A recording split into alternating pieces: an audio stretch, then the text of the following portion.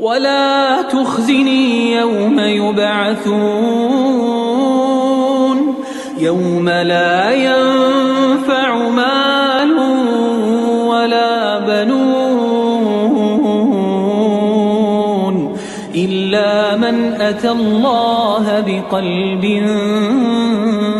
سليم وأزلفت الجنة للمتقين وبرزت الجحيم للغاوين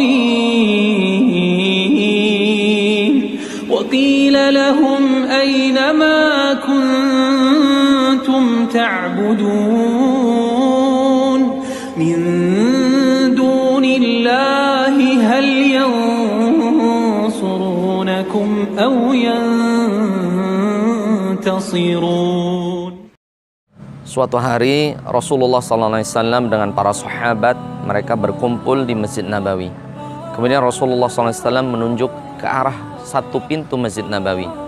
Kemudian Rasulullah SAW bersabda, "Sayati ala hadzal bab rajulun min ahlil jannah." Sungguh sebentar lagi dari pintu ini akan keluar seseorang yang dia mendapat jaminan surganya Allah Subhanahu wa taala. Pada waktu itu para sahabat tercengang, apakah ini khulafaur rasyidin, apakah Abu Bakar, Umar, Utsman, Ali, ataukah as-sabiqunal awwalun, ataukah orang-orang yang pertama masuk agama Allah. Ketika pintu dibuka, masuklah seseorang yang para sahabat tidak mengenalnya. Kemudian di esok harinya pun Rasulullah SAW mengucapkan hal yang sama. Sungguh akan datang dari pintu ini seseorang yang Allah jamin masuk surga. Maka para sahabat berpikir, ini orang yang lain mungkin, entah sahabat yang dekat dengan Nabi SAW, sabiqunal awwalun, atau orang yang mengikuti perang Badar. Rupanya ketika membuka pintu, orangnya itu orang yang sama. Begitu pun hari yang ketiga.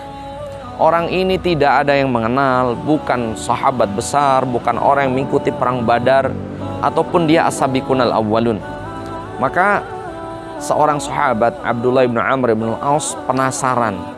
Beliau membuntuti pemuda tersebut hingga sampai di depan rumahnya. Kemudian Abdullah bin Amr bin Al-As pengen sekali mengetahui amalan yang tersembunyi dari pemuda tersebut. Orang yang bukan orang sahabat kibar, bukan juga orang as-sabiqunal awwalun. Maka membuat Abdullah bin Amr bin Al-As semakin penasaran. Maka beliau pun berizin kepada seorang laki-laki tersebut untuk menginap 3 malam di rumahnya. Maka Masya Allah, orang ini pun memberikan izin kepada Abdullah bin Amr bin Al-As untuk menginap di rumahnya. Ketika menginap, Abdullah bin Amr bin Al-As ini seolah-olah di malam hari tidak tidur, melihat sholatnya, zikirnya dan lain sebagainya, dilihat semuanya biasa saja. Sholatnya biasa, kadang sholat, kadang tidak. Di siang harinya pun tidak puasa, biasa saja ibadahnya. Hari kedua pun demikian. Abdullah bin Amr bin Al-As tidak tidur, melihat sama dia sholatnya. Sebentar, qiyamul lail juga kadang tidak. Masya Allah. Di hari ketiga pun demikian. Karena tamu dalam syariat kita mempunyai batasan, yaitu 3 hari dan 3 malam. Ketika di pagi hari, di hari terakhir, Abdullah bin Amr bin Al-As meminta bertanya kepada pemuda ini, "Tahukah engkau, wahai pemuda, sesungguhnya Rasulullah SAW memberikan kabar bahwasanya engkau ini adalah salah satu orang yang mendapat jaminan surga. Tapi ketahuilah, ana 3 hari ini sengaja mengecek ibadah antum. Rupanya sholat antum biasa saja, puasa kadang tidak, qiyamul lail juga kadang qiyamul lail kadang tidak, sholat berjamaahnya biasa saja, infaknya biasa saja. Madza asrartum? Kira-kira amalan apa yang kau rahasiakan dari saya sehingga saya tidak mengetahuinya?"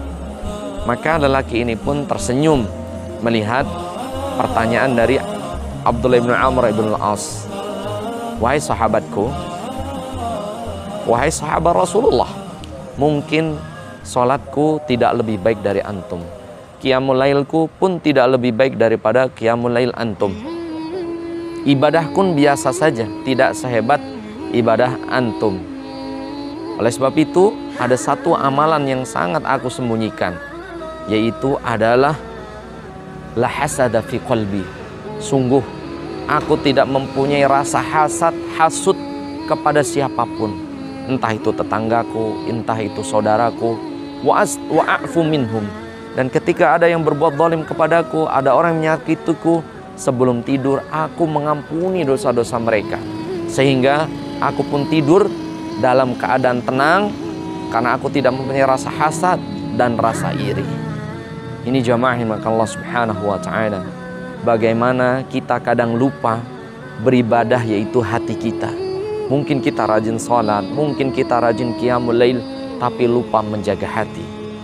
Karena Rasulullah SAW bersabda dari hadis Abu Hurairah radhiyallahu an, bahwasannya innal hasada ya'kulul hasanat kama ta'kulun narul khatabah.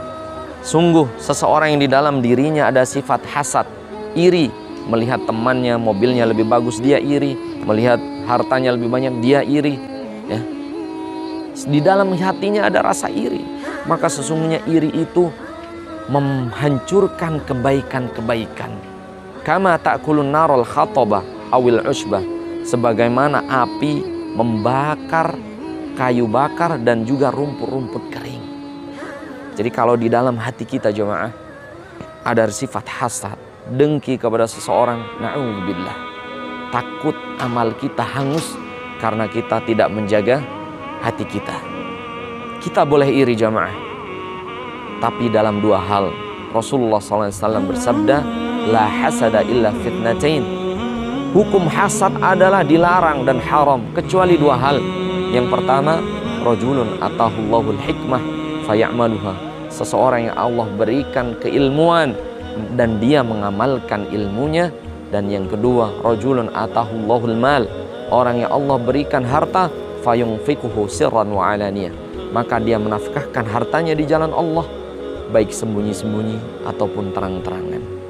Jamaah maka Allah subhanahu wa ta'ala, sungguh pemuda ini mendapatkan jaminan masuk surganya Allah subhanahu wa ta'ala bukan karena sholatnya hebat, puasanya luar biasa, zikirnya mantap dan lain sebagainya, bukan itu, tapi hatinya bersih dari sifat hasad dan dengki kepada sesama kaum muslimin.